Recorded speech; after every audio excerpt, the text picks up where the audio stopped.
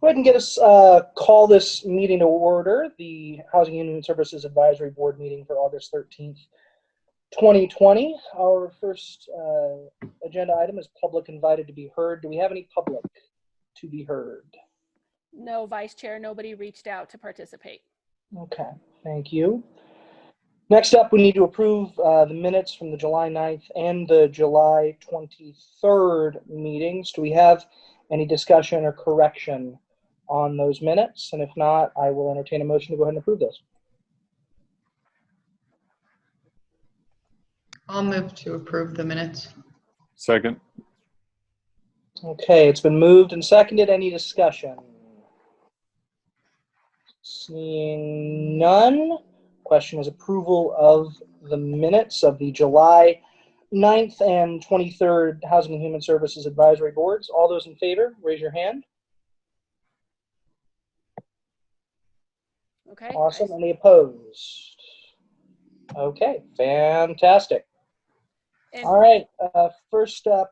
Jake, hang on one sec. To confirm, was that motioned by Deanna and seconded by Graham? Yes. Okay, I apologize. I was turned this way and I missed the voice. It's all good. It was Deanna Thanks, and Graham. guys. Good catch. Thank Good catch, you. Nicole. All right, next up, review and comment on the 2020 Human Services Needs Assessment Report and discuss the 2021 agency funding schedule. Karen, is this you or is this Eliberto? It is Eliberto. All right, Eliberto, take it away, my friend. Vice Chair and board, I'm going to share my screen here. I have a PowerPoint for tonight. Give me a second. So did everybody get the entire thing read? All 158 pages? 158 pages? All right. All right, so we will move through this quickly, but I want to make sure that you all have, if you have questions, you can stop me. I will say up front, this is based on an executive summary that Karen and I just got and you will receive as well, but we just recently got it ourselves, and I based this PowerPoint on that executive summary document. All right. So just a little background for those that are new. In 2018, the board decided to align the Human Services Needs Assessment with the 5-year comp plan that is required by HUD for CBDG funding. Got that right that time? And so that happens every 5 years. And in the past, we have been doing independent human service needs assessments apart from the 5-year plan. So we decided to leverage the work that was happening and really align these, because there's a lot of similarities. There is also a human service need component in the comp plan. It's just not as in-depth as what we did. And so we contracted with the same agency doing the comp plan to do a little more in-depth HSNA report for us. And as a reminder, there's a lot of sources of data in the Human Service Needs Assessment. Back in February, March, we were really promoting, and I think this board helped promote, a resident survey. We got over 1,100 responses. I will say that's the most that this survey was Boulder County wide, and we Longmont received the most responses of all the others participant or the other agencies participating in it. And they've also looked at other local needs assessment, and of course they had multiple focus groups, both stakeholders, and those are primarily nonprofit leaders and city staff, and of course they did one with the board, and also they did several with residents. And finally, I think it's important to note that this human services needs assessment did take into account, and primarily via conversation with the resident focus groups and stakeholder focus groups, information about how COVID is impacting the needs of our community. So I want to make sure that is acknowledged. They did take that into account. So here I'm going to go through the identified needs, and I'm going to go through them based on our current priorities. Our current priorities, as you may or may not remember, are based on the social determinants of health. These 6 we are using, so housing stability, health and well-being, food and nutrition, self-sufficiency and resilience, education and skill building, and safety and justice. And these also came out of our 2016 Human Services Needs Assessment, I think, but they're aligned with the social determinants of health. And so when they did this Human Services Need Assessment, they took into account these priorities and some of the data they collected, they associated, and some of the focus groups they worked on, they made sure that these things were brought up. So now I'm going to jump into some of their findings. I need to, hold on, I can't see. I need to minimize my video here. Here you go. So some of the areas in housing stability, what we're seeing, of course, is that housing instability has been amplified by COVID as people have lost their jobs, losing source of income. It has become harder, and there's a growing need for more rent and utility subsidies. For example, we just found out, or a few weeks ago, we found out that the R Center received $100,000 from the Energy Outreach Colorado, and the city is partnering with the R Center to help folks that have back pay on the utilities to kind of get them caught up. And then another finding was that cost burden households are giving up other basic needs, and they give an example. In another place, they also talked about cost burden households also foregoing dental and other type of mental and physical health care in order to cover housing costs, which of course is something that we don't want to see. And board, you can stop me anytime you have a question about the findings, or Karen as well. So on the self-sufficiency and resilience priority findings, they looked and they said single mothers, unemployed, and with children under 5, and adult residents without high school degrees are twice as likely to live in poverty, and COVID is likely to just push these families deeper into financial difficulty. And this is where I mentioned, in order paying housing costs, low-income residents are going without dental care or car repairs or other types of care that they need. And the COVID-19 unemployment spike will further diminish their ability to reach self-sufficiency. So then they said that those folks in Longmont who were already in poverty had an unemployment rate 10 times higher than residents above the poverty threshold before the pandemic. And I think that we understand the pandemic has really hit the type of work that is in person, for example, the food service area, and that has caused folks to fall deeper into financial struggles. On the food and nutrition, they talk about the fact that more than 2 in 5 low and moderate incomes with children, and 1 in 3 respondents who are precariously housed are experiencing or reducing going without food in 2019. I can tell you that in what we have learned during this pandemic in conversations with Community Food Share, they've seen tremendous growth in need as well. But one of the consequences of this pandemic is, in the past, Community Food Share tried to do, and did a good job of allowing people to kind of shop through their site, making it feel very consumer driven, consumer choice.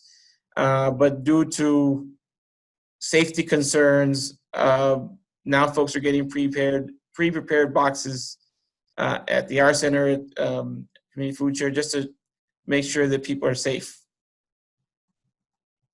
In the health and well-being area priority, we're seeing an increase in isolation and loneliness. All of these mental health issues, because of the need to self-quarantine or be social distance, are having a toll, or taking a toll and having an issue. There's also a perceived lack of mental health services, whether due to the lack of hours or just lack of service. And then they said that there's an estimated 3,700 adults that have a serious mental illness in Longmont.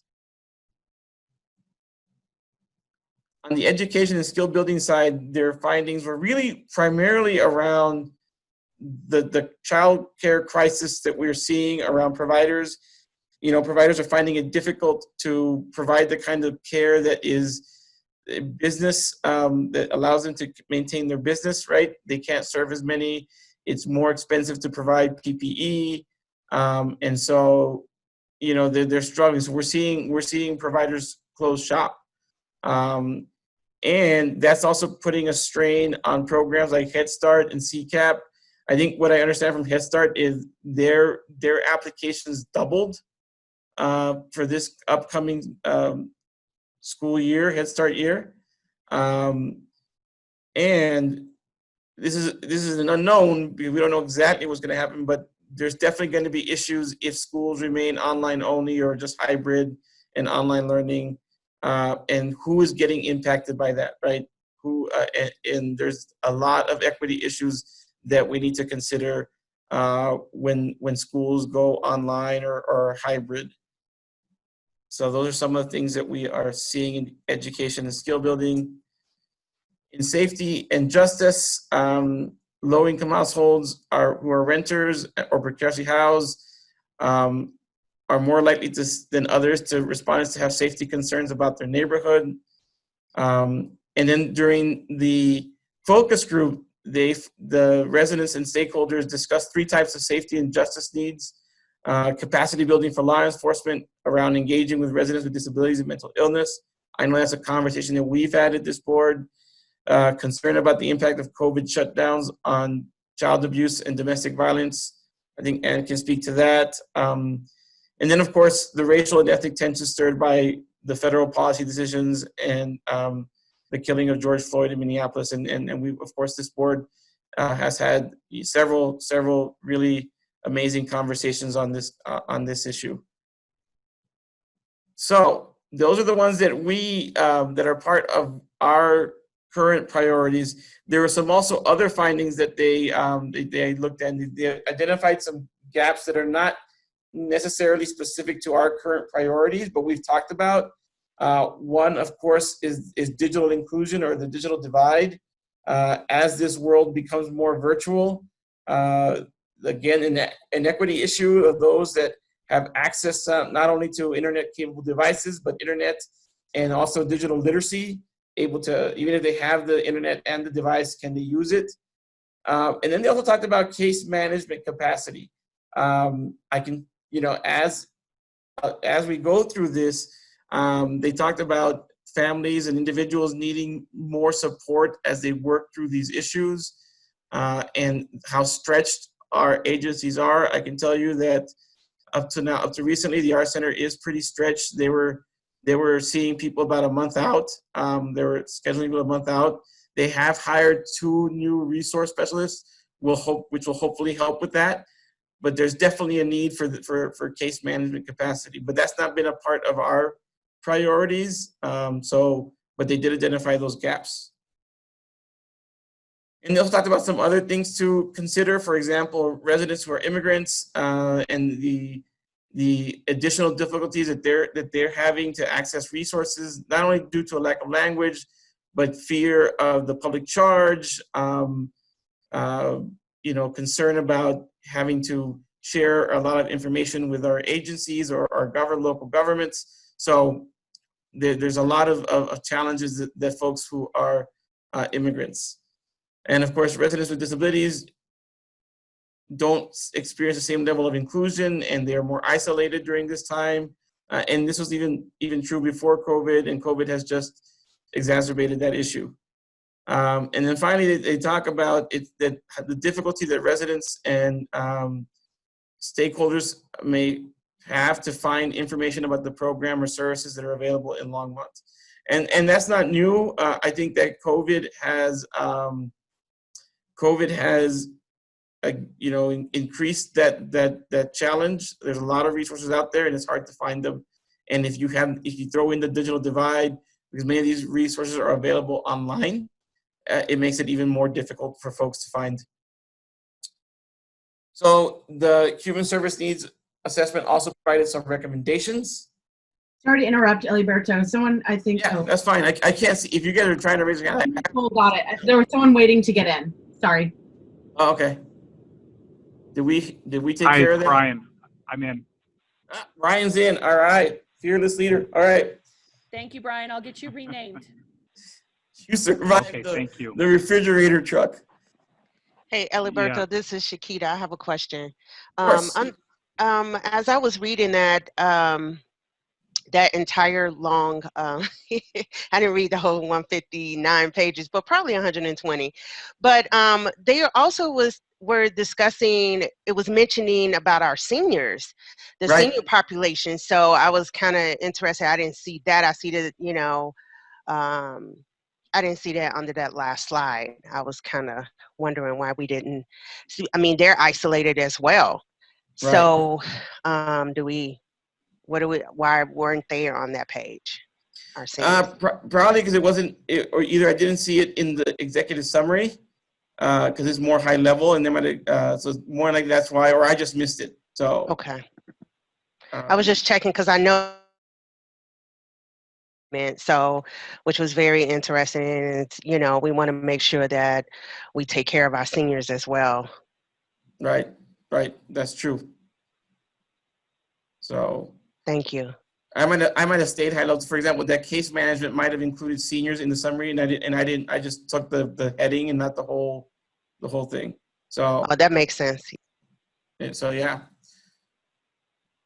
Any other questions before we jump into some of the recommendations? All right, I'm gonna minimize. So I can't see you all, so just go ahead and speak up, because in order for you to see, I need to minimize the video. So I'm gonna keep going. So not only did they provide, these findings and they identified some gaps, they also have some recommendations. We're gonna go through them as well, and those are in the larger document as well. So first and foremost, they talk about continuing and strengthening the existing programs and services, right?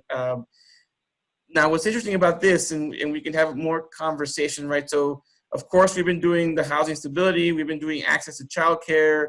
I mean, the preparing for provider closures is new, and so is the reality of school closures and that impact. But also something new is, and something that we've not done in the past is, at least not directly, is proactively support employment. In particular, because that typically has been a workforce. We have Boulder County workforce, and that's been kind of where that kind of lives in that area. So I'm not exactly sure. And I think this is part of our conversation, how we do this, whether we do this or accept this recommendation. Only because, like I said, we do have a robust workforce in Boulder County, doing a lot of wonderful programs. They also emphasize the no wrong door approach to human services intake. And again, kind of we talked about earlier, just the difficulty in accessing and navigating services is difficult. Karen and I have had this conversation at the Boulder County Funders Collaborative, and this has been an issue for many, many, many years. And not to say that we shouldn't address it, but more to say that this is something that is bigger than Longmont. And we could try and do our part potentially. I mean, it's for the board for us to discuss, but not sure exactly how the human services funding piece would fit into this. But we could have a conversation about that.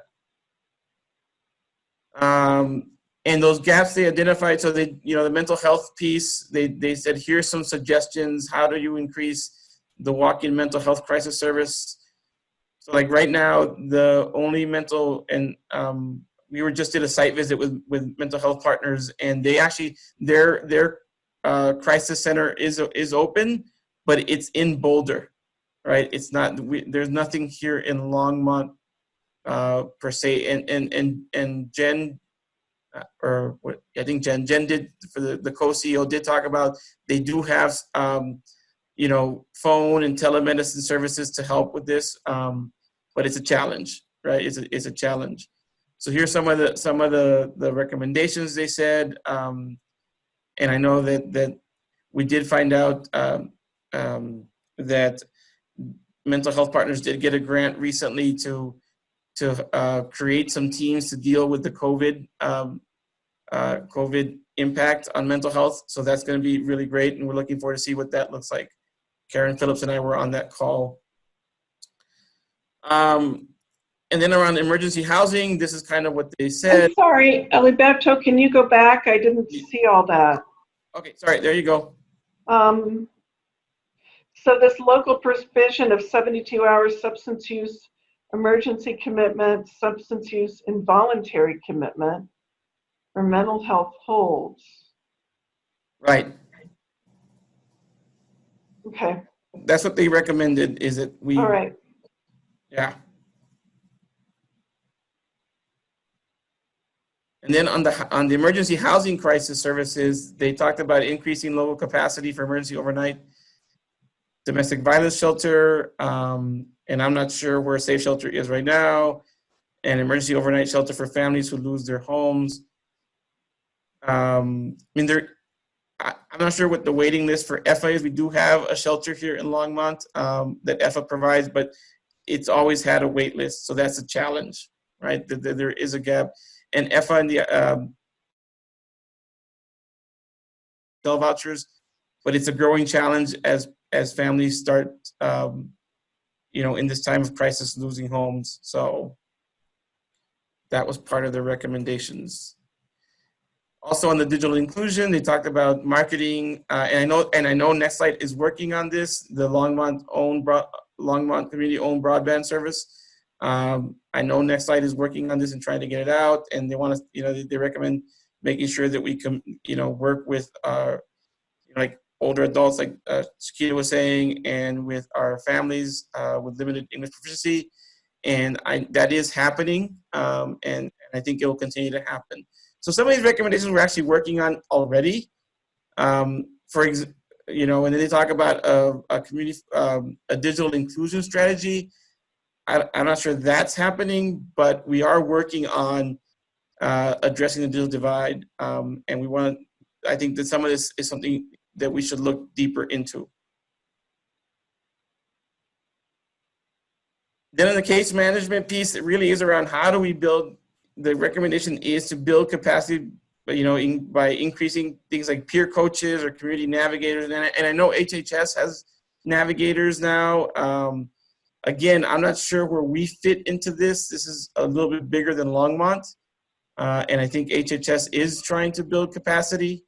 And so it's a good recommendation, but does it fit with what we do? I'm not so sure. I mean, we can discuss it. But it is something that I think we all recognize is an issue in our community and in actually the broader in Boulder County. And I think there are some of those services, they're just there are some through human services, some through mental health partners, and some through the police department. Right. Yeah. So, and this does not look really good because I put it in as a picture. Before we go to this, any other questions or thoughts on the human services needs assessment presentation? And then we'll jump into this.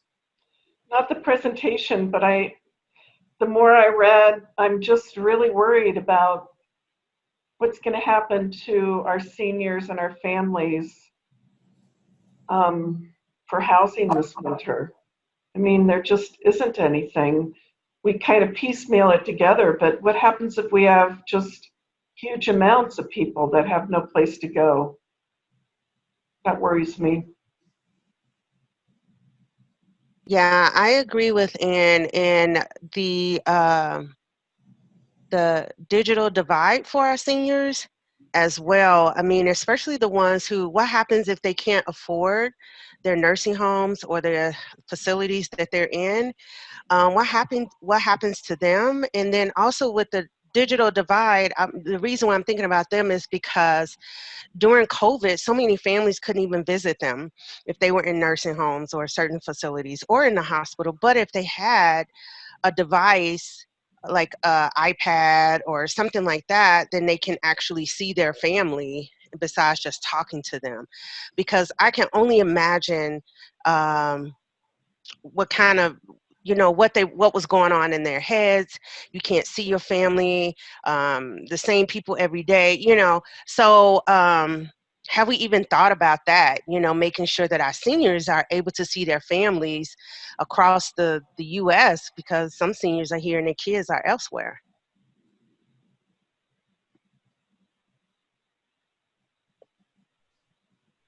And just the digital divide is just so huge now. I mean, just for me, trying to learn how to do all of this at my age, I spun out for about 6 weeks just trying to figure it all out. And it's definitely gotten easier, but it is difficult. And for seniors or people that just like English isn't really their first language, that is a huge barrier.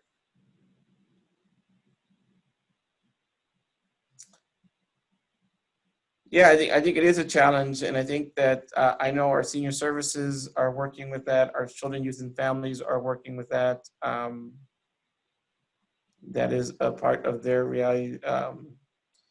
So yeah, I definitely acknowledge that it is a challenge. And I also, I mean, the other part of it is what is the role of this board, and in particular the human and part of why we have the needs assessments. I guess I'd just like to know if it's not part of our duties to really figure out this wave of people that could potentially be on the streets. Does our city council have any ideas? I don't know. It's kind of like COVID in general. It's like we're kind of never out in front of it. We're always behind it.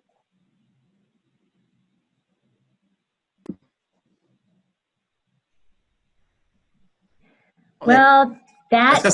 I'll let Karen answer Do that you one. want me to? Oh yeah, Mister, stay silent. We are chasing it. There is no doubt about that. And I don't, we do our best to try to get out in front of it, but it's a beast. So I would say a couple of things. One, certainly we will share this information with the city council and with other staff members that are involved in really tracking the impacts of COVID. We have staff that are tracking the various resources that are available, that are coming down through the Fed of the state that could assist our community. So I would say two things. One is it relates to the digital divide.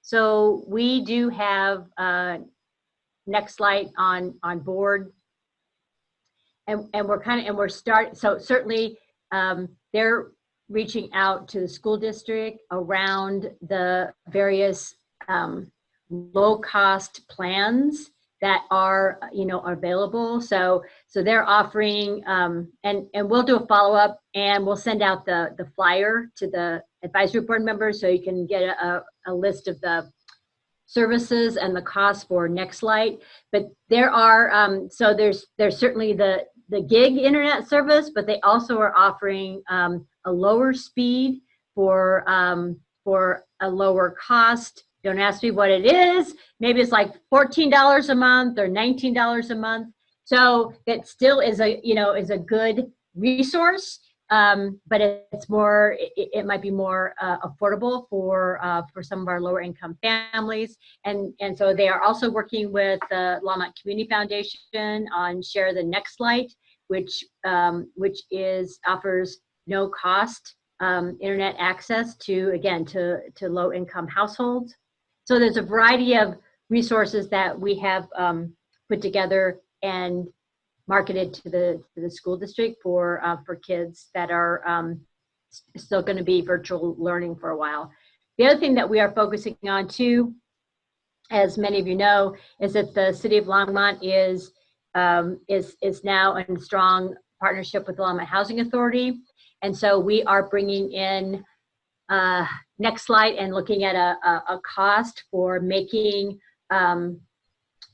internet services available at a reduced cost to to low-income seniors that are living in our 6 housing authority communities. So we are recognizing. I mean, it's very clear. We're hearing that across the board, just as you all have expressed about the impact of being in shutdown and how that has affected people's lives in terms of learning, in terms of connecting. And we are trying to respond in ways that provide more affordability and also free internet access. That's great to hear.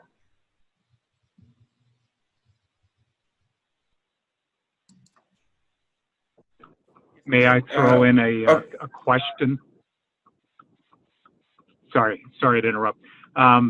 So if I remember the process correctly, when we've gone through this before, the needs assessment really helps us determine what the advisory board thinks the priorities are in terms of community need and how that will reflect on our funding priorities.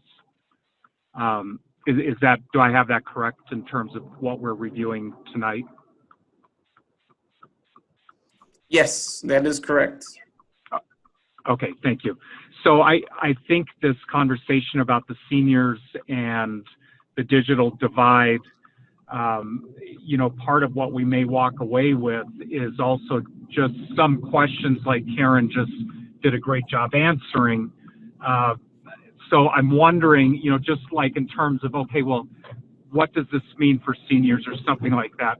Is there an opportunity to go back to the data gathered and ask for clarification on some of these questions that we may have about, you know, how does this trend specifically impact seniors or something like that?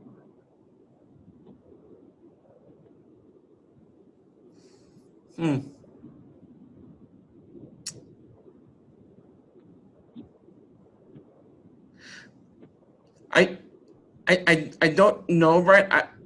What comes to the top of my mind is, would it be easier is to take this data and talk to, for example, our senior services staff and say, if they could shed some light on this, not necessarily going back to the data gatherers root policy, but have our senior services staff interpret the data. I mean, I think that would probably be more likely and might get us better analysis.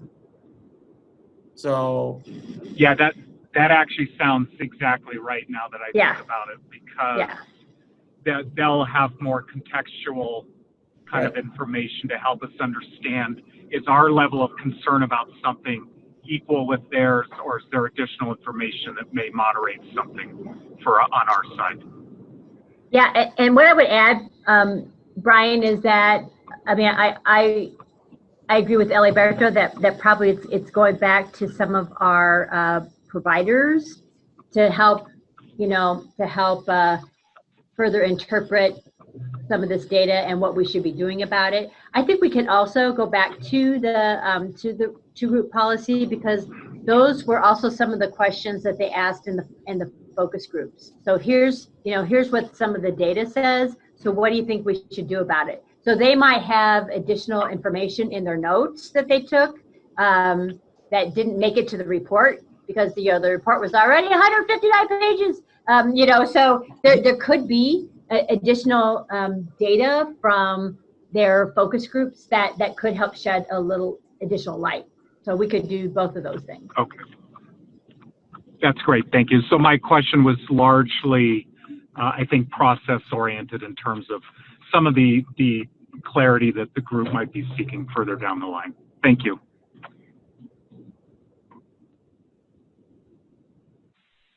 I have a question, if that's all right, Eliberto. Yeah. You know, I read through, scanned through it, and then hearing your report, it's sort of, you know, man, it's depressing, right? It seems terrible. It's sad. What do we do? And then I'm trying to tell myself, well, this is the first, maybe second one of these I've seen, right? And so I'm curious, from those of you who've sort of seen these year after year after year, what kind of magnitude of concern we should attach to it. Is this like like a typical kind of report and it's bleak, you know, but it's always bleak? Or is it like, no, this is actually, you know, like what DEFCON level are we at, for those of you who have more historical context? I think for me, and I'll let Karen answer, she's seen more of these than I have. I've seen several of these. I think what you're seeing is the difference in degree of challenges, right? Challenges for low to moderate income families have always been there. Affordable housing has always been an issue in Longmont and Boulder.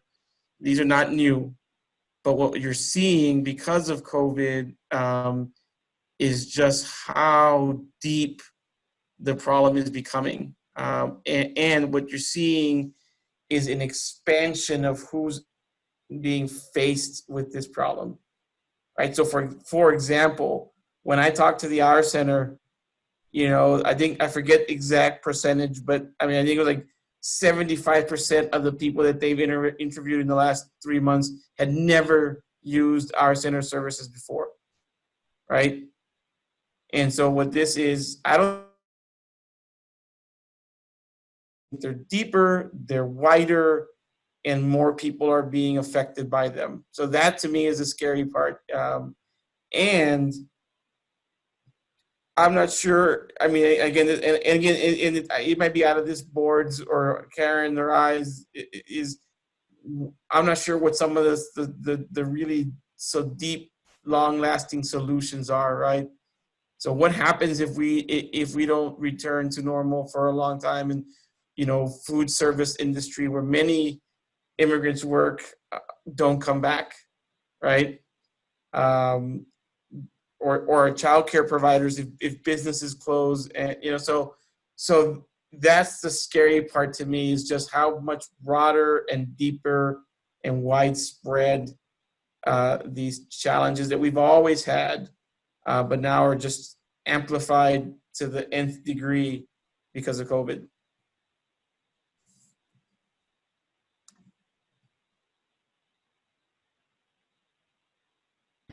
And I would just echo that. Eliberto said it well. You know, this is really actually only the second time that we as a advisory board have completed our own assessment. So usually in the past many years, we basically have utilized other assessments. So we have really taken a look at the secondary data that has been developed by, you know, other entities, and really looked at that to help us project our needs. So this is really the second time that we have conducted our own needs assessment with primary data collection. So, but I think Eliberto expressed it well. The impact of this pandemic and what it has done to people's livelihoods and to the economy, and the question of how we just really can't, we're not seeing a light at the end of the tunnel in terms of bounce back, and bounce back is going to be a new reality. So some of these jobs may never come back. So just the amount of time and the long duration of recovery that that we are likely to see is of concern. You know, and you know, just as we were considering going back and addressing some of our housing issues in the affordable housing arena, where we were talking about putting a sales tax increase on the ballot to raise more revenues to help us with creating more affordable units, you know, that's off the table, you know, and when will we be able to come back and look at additional resources to really help us address the housing issues? It will be some time down the road. So it is depressing, Graham, you know, concerning, very concerning in a way that I don't think we have seen that we have seen. Thank you both.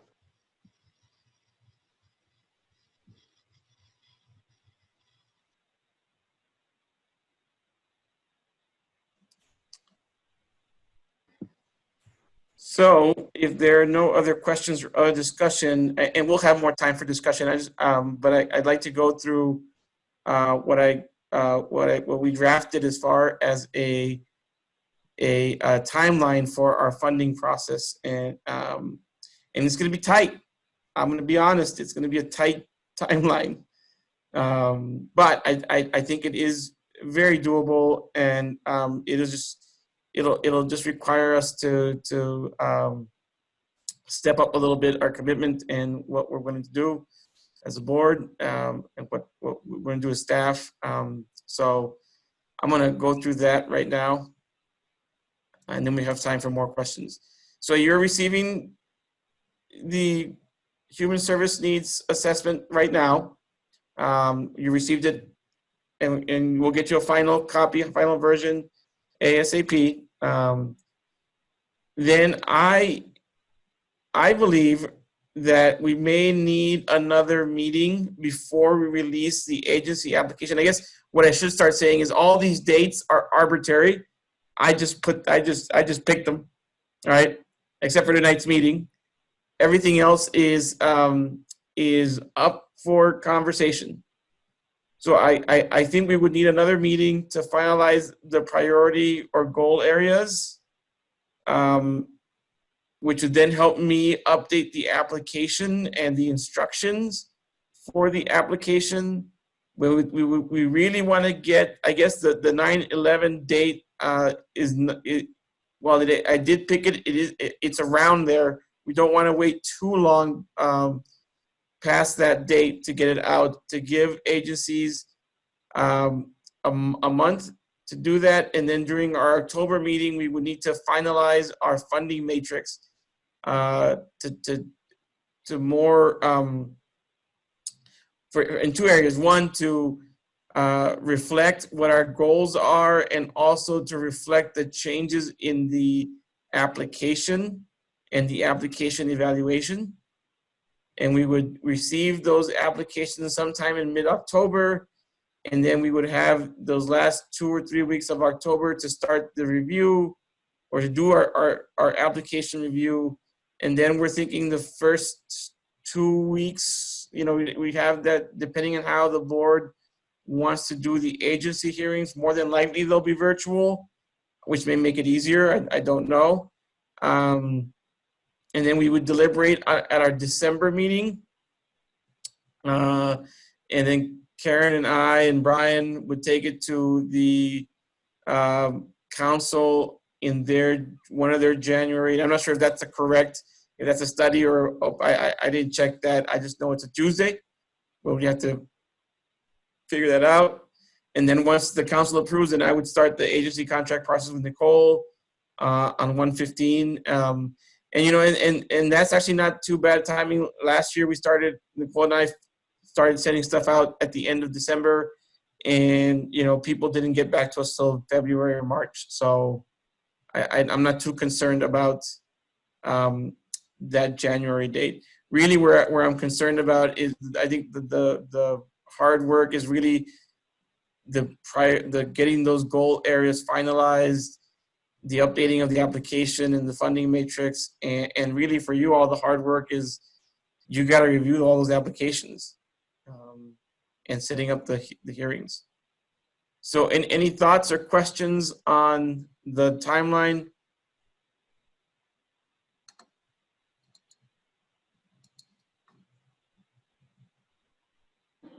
Really quick, Alberto, just Mr. Chair, can you see the screen? Would it be helpful if I kind of just looked out for questions or stuff, or are you? I do. Oh, yeah. Or more a word of caution. Yeah, I mean, we're talking about 11 days. It would be to get all of those applications turned around and reviewed. And I know we have a lot of new folks on the board this year who haven't been through the process, and I've only done it once, so it's not like I'm an expert. But I will say 11 days is going to be tight. It's going to be tough, and I just want I know we have a lot of great people on the board, but I'm not saying I'm against it. I understand that's what the timeline is. I just want to reiterate, as somebody who's been through it, and I know Ann and Brian and others can speak to this as well. It's a tight timeline, and I think everybody being aware of that is good as we head into this discussion. Yeah, I would just take a moment. I'm sorry to interrupt. I would just take a moment to agree that it'll require discipline on our part. However, I'm also optimistic that some of the changes we're making to the questions in the application, as well as matching with our evaluation, I think will also make evaluating the applications more straightforward and possibly a little more intuitive.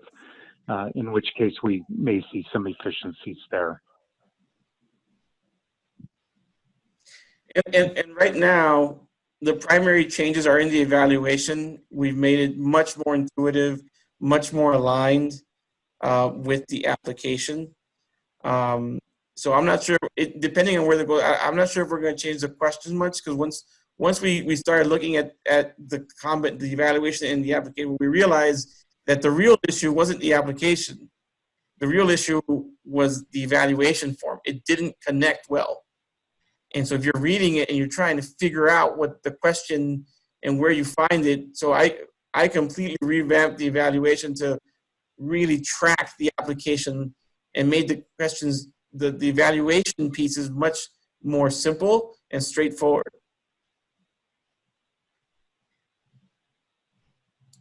That'll be really helpful, Alberto. Thank you for that.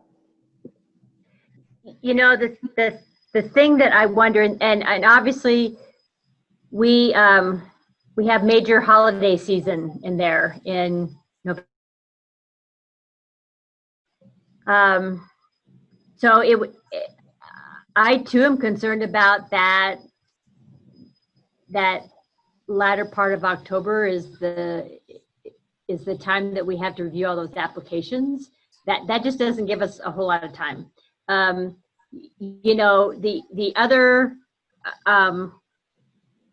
option that we could consider is we give ourselves a little more time to review the applications, and we hold our funding hearings that first part of December, the first couple of weeks in December, or that first week in December, or whatever, and we deliberate in our either in a special meeting in January or our regular meeting in January, and take something back to City Council and their second meeting in January, and and then it might be that we are starting the contracting process the end of sending that out the end of January, 1st of February.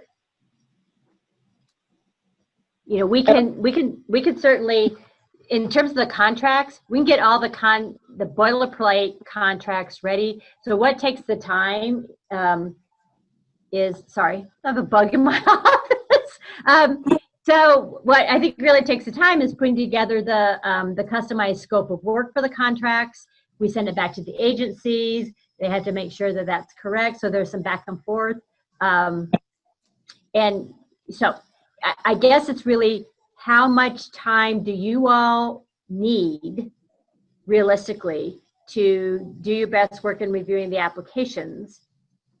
And the trade-off is we start the contracting process, a little bit later. So it might be we are hitting that heavy in February, end of January and throughout February. And Karen, I'm correct that there's no, I guess you've answered the question already, but there's no hard deadline or reason that we would need to have stuff done by January 15th or anything. No, I think the only thing, because what happens is that the council allocates the amount of funding that is set aside for agencies. So they do that. They adopt the budget in October. So that's all done, and then it's really up to us to bring back, all right, so here's how we're recommending to allocate those funds. So I think it's really just about wanting to get funding out to the agencies as quickly as possible. But we still had some agencies that we were still negotiating, going back and forth and waiting for contracts to be signed yet in July. So, so yes, so I think we want to allow ourselves enough time to do great work and really to think through this process, but not certainly delay too much the contracts out for agencies so that we can start issuing the money. And just as a refresher, remind me how much time we had last year. Was it a month? Was it a full month that we had roughly last year? For review, I think we probably had, without going back, I mean, I think we probably had a good 3 weeks. Yeah. 3 weeks to a month. Okay. So maybe, I mean, I'll just throw this out there. My thought would be if we could extend that application review period by about 10 days. Okay. And I mean, that would be just give about 10 more days for us to get through those applications and just kind of push the rest of the process back. I mean, I know that runs us into, right before the Christmas holiday for that deliberation meeting, and people are in and out of town, but I guess that's the trade-off. So I'll throw that out there, and I'd be interested. I can do that. I can refigure this to give the board more time around the application review, and also take into account Thanksgiving, Christmas, and yeah. But I guess my question is, I still think that we'll need a special meeting later this month or early September to really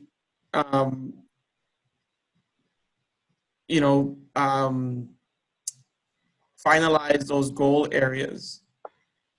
Karen and I are going to have a follow-up conversation with Root on some of their outcome measures, and that might help. That we could send out once we get that.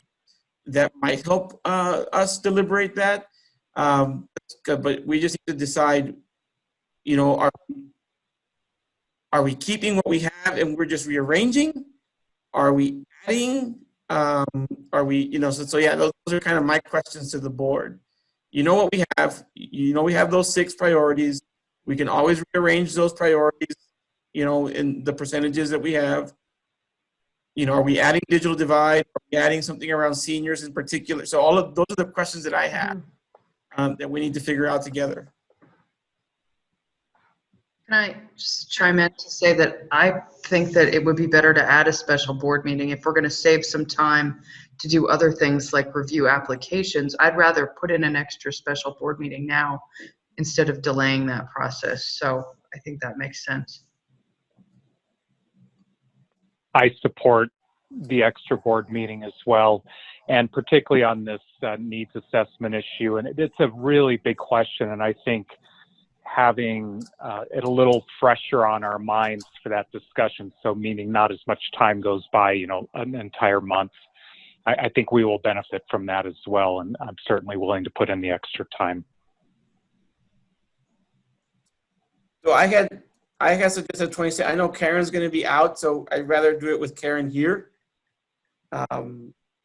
So.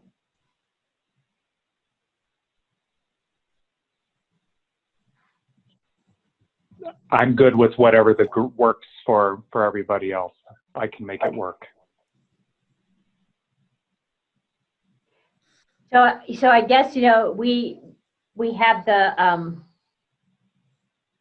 so either we're talking about trying to have a meeting this following week, or sometime, September 1st, 2nd, or 3rd, right, before the Labor Day weekend. I don't know if people have generally preferences, or if you want Nicole to send out a doodle poll. A doodle poll would be great, only because, I mean, as I'm looking at my calendar, I'm in a grad school program now and student teaching and running around 1,000 different places. So I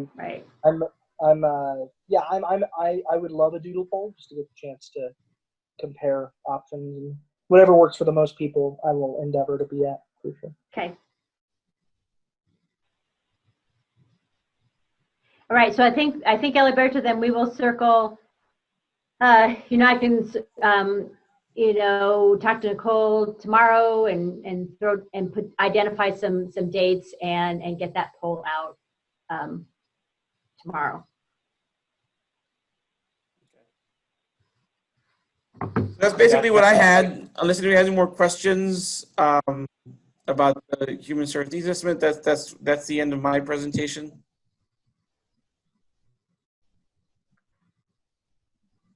Does anybody else have questions on the priorities? And I know you'd mentioned that. Did we cover that? Okay, Alberto. Okay. I think that'll be part of what we talk about in our special meeting. Right. Gotcha. That clears that up for me. Thank you.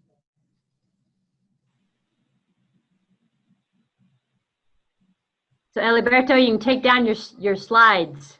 All right, I'm gonna stop sharing and go back Okay. throw it back to Jake and Brian to. Brian, are you taking this? Jake, if you could still do it, that'd be great. I'm close to my computer, but I'm still at a disadvantage. No worries. Hold on. Give me 1 second just to pull up the agenda real quick because I did take it down to take notes. So give me just one moment here. My apologies. So next is the site visit updates. That's right. Thank you so much. Our next item on our agenda are site visit updates. First is Longmont Meals on Wheels. That is Member Woodley, who is absent tonight. So after that would be the in-between. Board Member Abbott, are you able to talk to us a little bit about the in-between? Hi, sure. First of all, it feels like it has been forever since I actually did this. Sure has. Before COVID hit. I think it was actually the week, it was the day before our last actual in-person meeting that I was there meeting with them. So forgive me a little bit if I'm a little rusty. I do have some notes, but it's making sense of my own notes there. The in-between provides supportive housing in Longmont. And one of the big things we spent a decent amount of time talking about was the recent completion of the Micah Homes project, which is the small sort of permanent affordable housing that's next to the United Church of Christ off of 9th here in Longmont. At the time that we visited, they had done initial reviews for occupancy, but we're having to go back and redo some things around landscaping and drainage around it. But they were getting ready to have folks move in, and they were really, really excited about sort of the cross community effort that went into getting that project up and going. My sense is that it's one of the first of its kind in Longmont, if not the first. Alberto, you might have a little bit more information on that. And so along the way, they were in some ways guinea pigs for figuring out some of the processes. The big thing that Tim, the executive director, brought up was that they aren't contractors, they aren't builders, and yet they were in the position of essentially being contractors and builders here and having to go through things like permitting. And he was like, some of this stuff probably makes sense to people who do this. And for us, it was like, I don't know. And so like at various points, they just sort of felt like they were sitting and waiting and didn't know what to do, or they weren't sure how to keep things moving along. And that what was being asked of them from the permitting office, they weren't always 100% sure how to deal with that. And so that seemed to me, that was the biggest challenge they identified. Like they were super excited about Micah Homes and all that had gone into it. And then they were like, it's great, the city was supporting us, but then we sort of felt like we were in this like limbo place with permitting and all of that. So you know, a lot of what so that project has taken up a lot of what they're doing. And at the time they were sort of weighing whether they were going to get another piece of property to do another type of project. They were looking at that. They had, the executive director had met with some folks to see about that. And he was sort of like, I don't know if we want to get into this business, but it feels like a big success on top of sort of the other work that we're doing. Most of their work up until this point has really been transitional housing.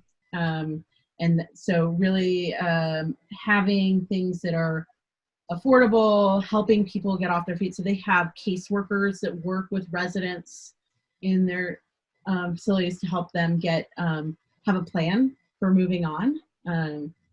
So I think I cannot decipher from my notes. I think they said the average stay is about 15 months for folks there. I would anticipate that, and they always have a waiting list.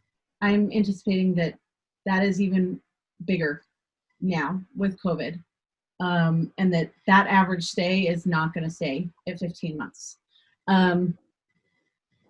A lot, you know, a lot of what we talked about as well was that, you know, the caseworkers are there to help folks access other services if they need them, but also to help them. I think they described it as sort of like mindset shifting for a lot of folks, to think about like, what would it take for me to be successful in obtaining like long-term housing that's affordable. And, you know, there's some folks that have just like, it's just such a struggle to even get to the in-between that, you know, sometimes they start out and they just need some time. They just need some time to get their heads on. They need some time to feel like the rug isn't going to be pulled out from under them. And I think what I heard really strongly was deeply caring about residents and what they needed to get to move through, while also recognizing that, you know, people can't stay there forever. It's transitional housing, and they're trying to balance that of like, what does this person need and how can we empower them without infantilizing or sort of letting them, they didn't use this term, but like wallow, like not letting folks stagnate there and really using it as a jumping off point. And I think they really take that seriously and figuring out what that looks like for each person or each family that's there, rather than saying everyone has to be out within a certain period of time. They customize that, they figure it out, they help provide a plan, and they help that person create the plan. So,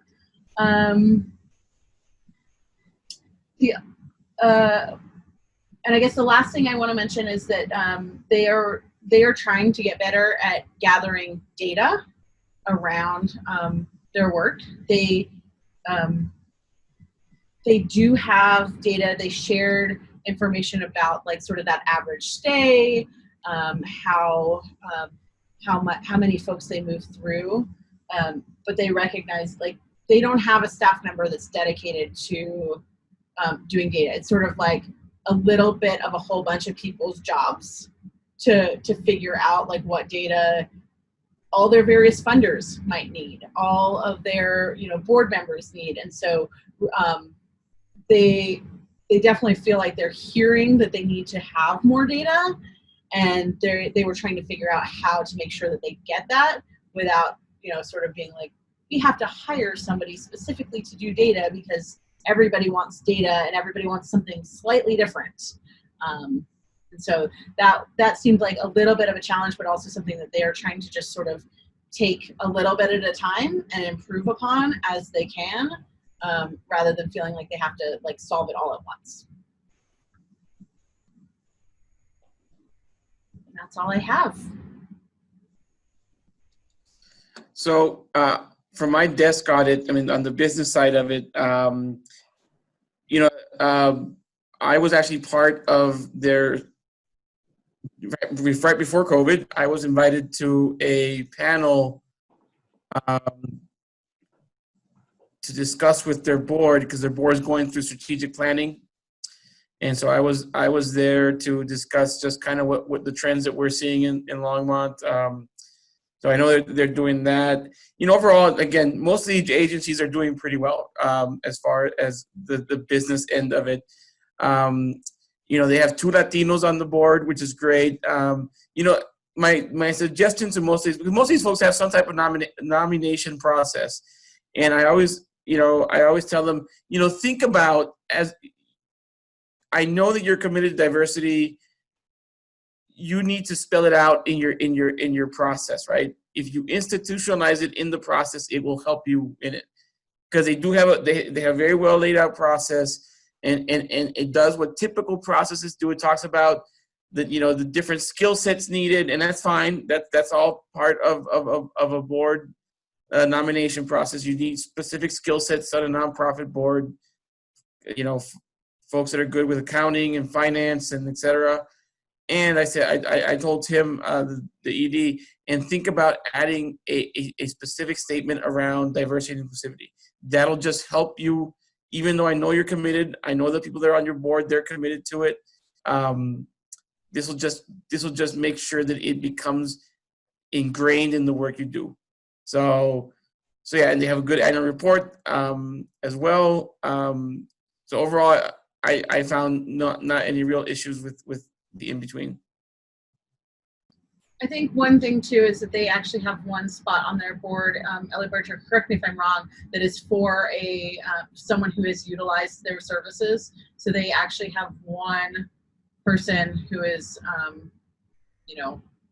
has utilized their services in the past, and so it's part of that board. I believe so.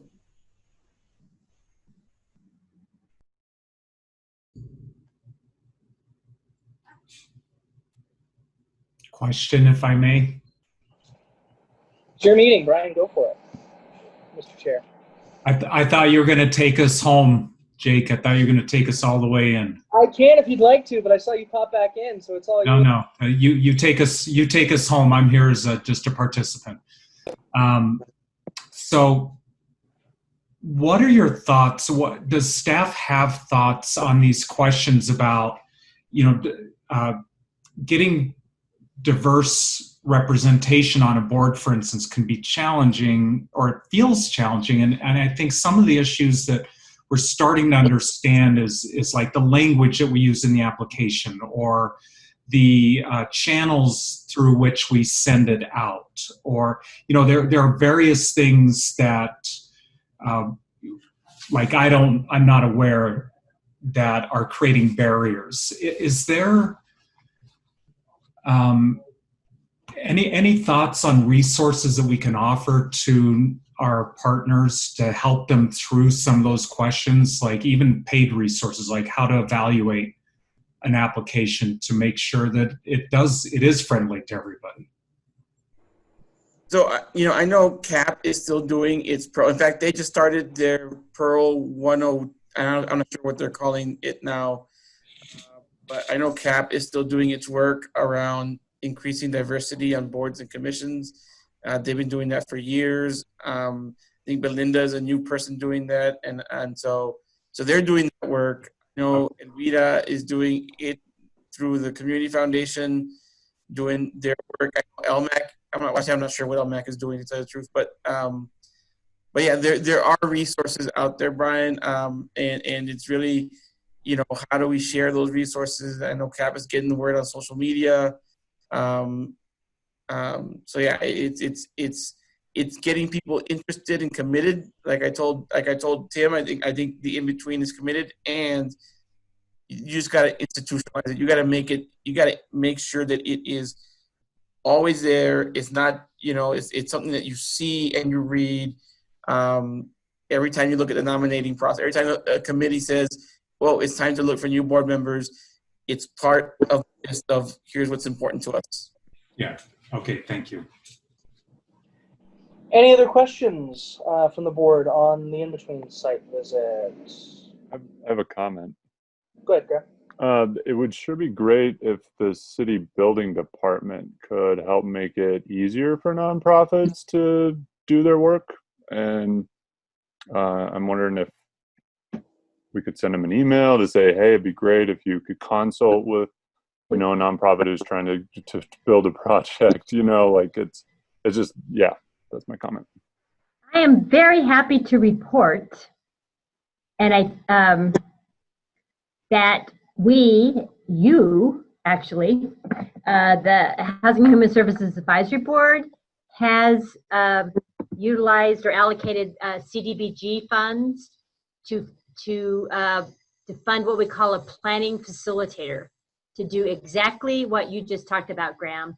And so, because if you are a nonprofit developer, this is not, this is not your wheelhouse. And so, so we have, I think what happened is the in-between, their MICA project was a little ahead of when we brought the planning facilitator on board.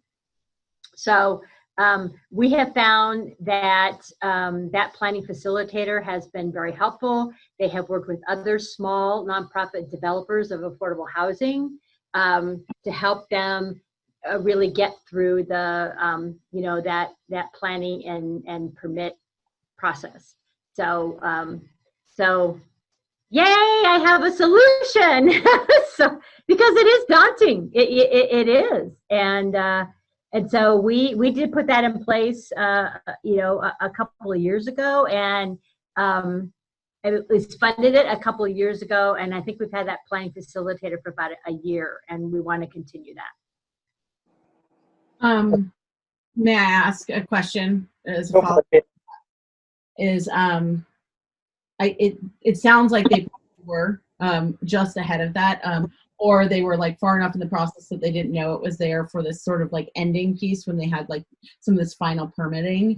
I don't know if they have actually suspended like sort of their plans to look for another project, but it might be helpful or useful. And I'm happy to do it. I don't know if it's appropriate or if his staff could do it, is to reach out to Tim and let him know like that this was actually something that, we brought back up as part of this, and that we do have that. And what it would say, Caitlin, is Tim is aware of this. Okay. And the in-between received $100,000 from a pot of money. I don't remember what was Affordable Housing Fund, and we basically recommended that. And so I don't know if that's what you are talking about, but I think they have identified purchase of an existing property that they are considering versus developing from the ground up. But absolutely, we will connect them in with resources that would be available to help them with their next, whether it's an acquisition or a construction project. Awesome. Karen, would it be possible to have staff just check in on, because I remember that conversation very well in TRG, because there was quite a bit of contention about giving money for a TBD property. So if at like 30 would be super helpful, just for my memory's sake. Okay. Yeah, that's a recent update that we just heard. So that's 30 seconds. Okay. So I don't have anything more, but I know that. Yeah. So Okay. we can probably give that update like next month. That would be awesome. That'd be great. Okay. Anything else on the in-between from the board? Raise hands. I'm looking for raised hands. I see none. Okay. Caitlin, Alberto, thank you very much for that. Next up, Board Member Phillips going to talk to us a little bit about the Recovery Cafe. Karen? Do we have, Karen, you're muted.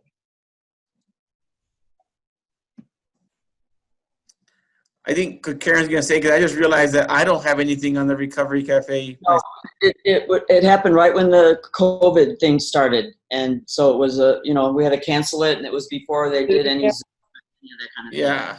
Okay. Of course, if you're up to it, if we want to do it, we just did the mental health partners, and that was a really good one. Yeah. You want to do that one?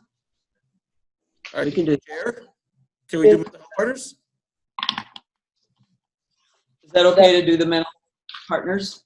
Would that be okay with Instead- everybody? Is that good, Nicole? I don't know what kind of records we're keeping on these things, but would that be Yes, okay? that's totally fine with me. I think that sounds fine, particularly if it's fresh. Yeah. Let's do it. Fresh is good. Do it then. Karen, take it away on mental health partners. So, well, I don't know where to start, but they're involved in so many things. They have like 370 employees. I don't know about how all the rest of these things that we fund, but they go hand in hand with a lot of different people, and there's so many programs. They have relief funds. They have partnerships with everybody. As far as like Longmont goes, we discussed a little bit about they have 11 board members, and there's one member that's in Longmont, so that's cool. And then they're planning on getting 2 more board members, but they're going to go and make sure that it's diversity type folks, so that they're needing 2 of those people. But they just involve themselves in mental health. They just joined the NAACP and are trying to recruit staff with that kind of thing in mind. So they have like 20 grants they're working on. I mean, they're just really involved everywhere. And they have a wellness center in Sherman Wellness Center, but like we had said, the Boulder County, it's in Boulder and not here in Longmont, that 24-hour thing. And I asked them about, the turnover. How are they working with turnover? Because that mental health service is a big turnover, and they have a committee that's working on that and trying to figure out employee engagement so people will stay. Because I know the big thing with mental health is clients get someone and then they move on, and it's kind of a problem. So they're aware of that. They're aware of a lot of things.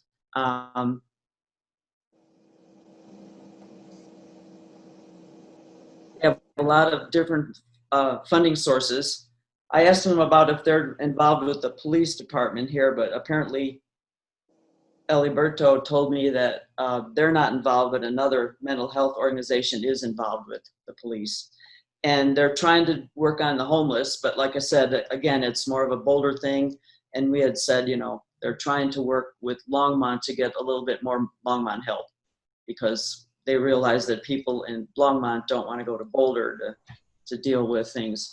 The other thing the good thing that come out of COVID is that they were saying they're doing a lot of online things, and that's kind of been working out, because a lot of times people have a hard time with transportation. So that's been kind of one of the good things about the COVID, but it does kind of work because they can do it over the phone and that kind of thing. So I thought that was kind of interesting. A lot of different people. I asked them how many programs they had, but it was a lot. They didn't quite zone in on exactly where that was. They're trying to do the co-responder model, which I'm not quite sure what that is. And also there was another wellness center. There's one at the hub, and then there's one wellness center on Sherman Avenue, South Sherman, so people can go there. And I asked her how people find out about this, and it's word of mouth. And I was kind of confused about, they involve so much, and I know a lot of people that are in the welfare and the police and courts and things like that. They decide to go to the Boulder Mental Health, but they're a nonprofit and they're not a government agency, so they work with other people, but of course they could use as much money as they could because of the fact that it's mental health. And kind of that's what I got to say. How about you, Eliberto? So, I'll do the of it, and I'll talk a little bit about other stuff that I've learned recently, and what we learned from the conversation. So on the business side, what I found interesting was they actually had a finding in their audit around internal control.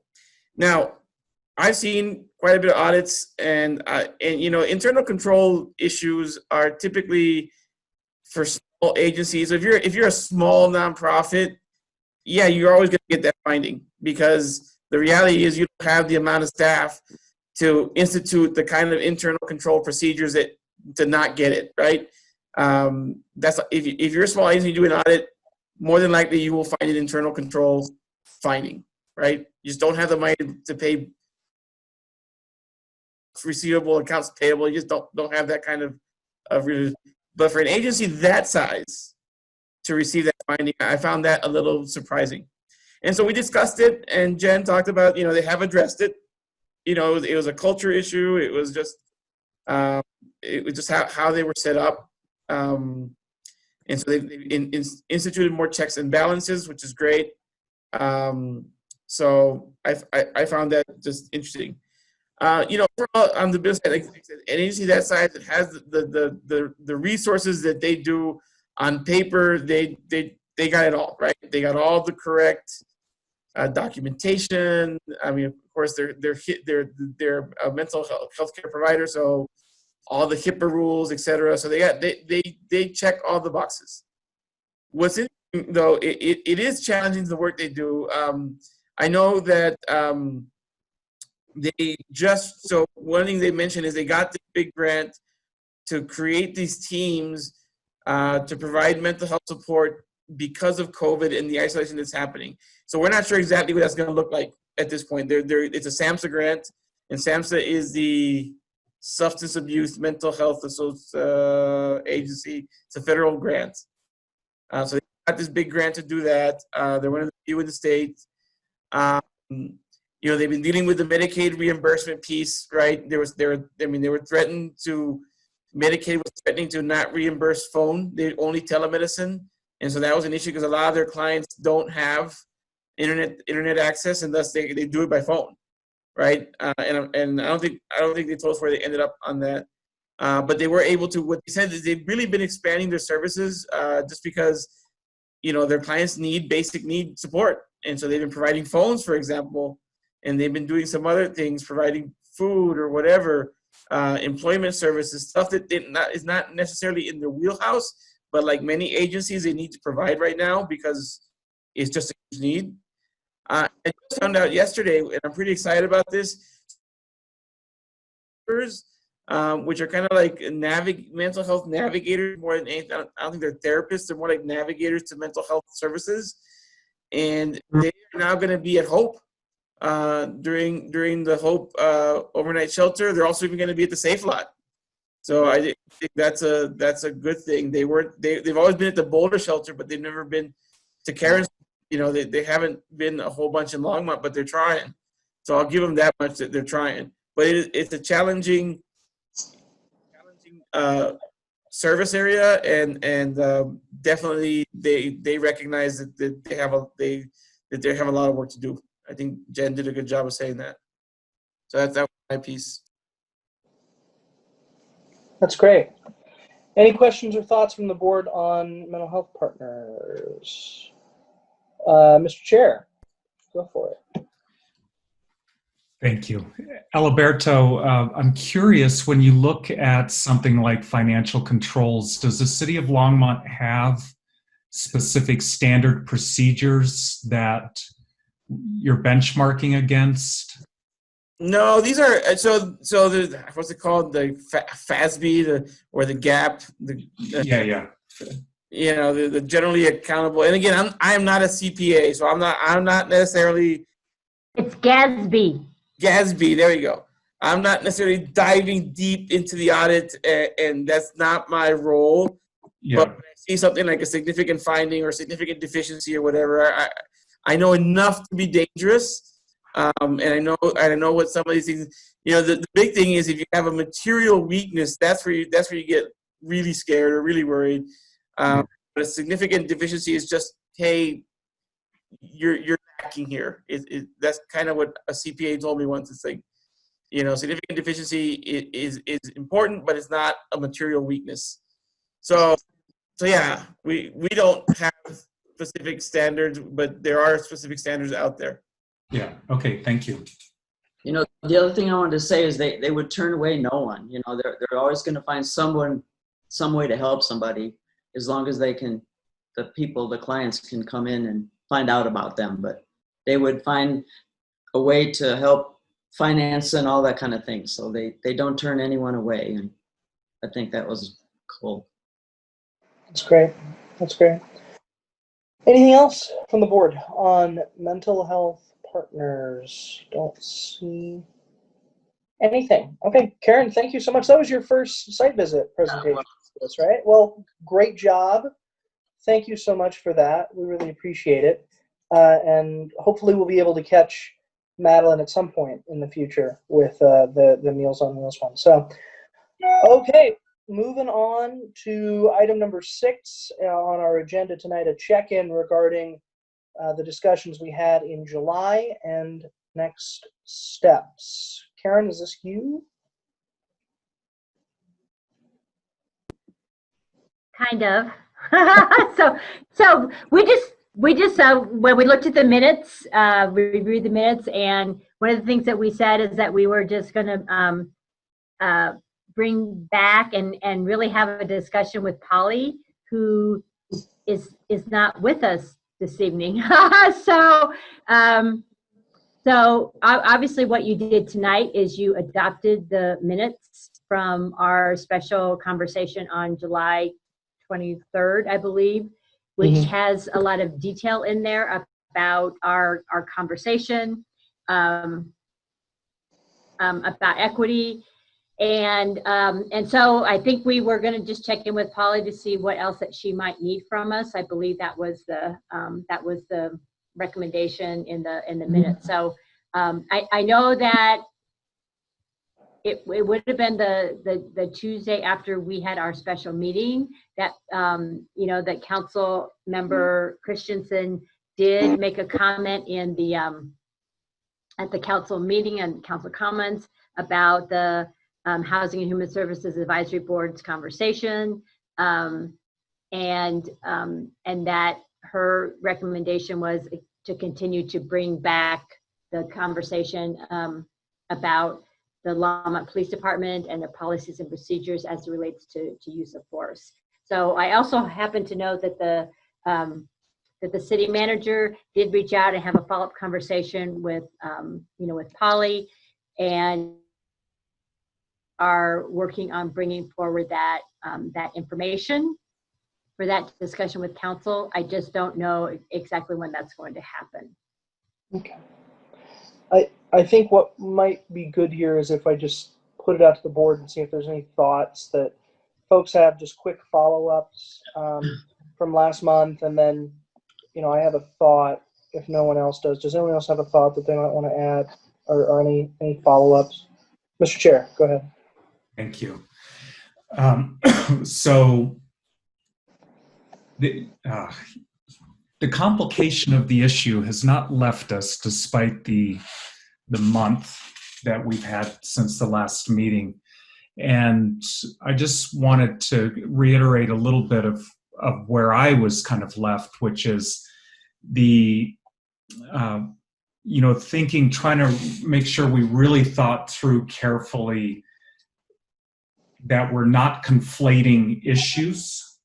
So for instance, policing is one issue, funding is another issue, and how are we specifically, what is our expectation for funding, for instance.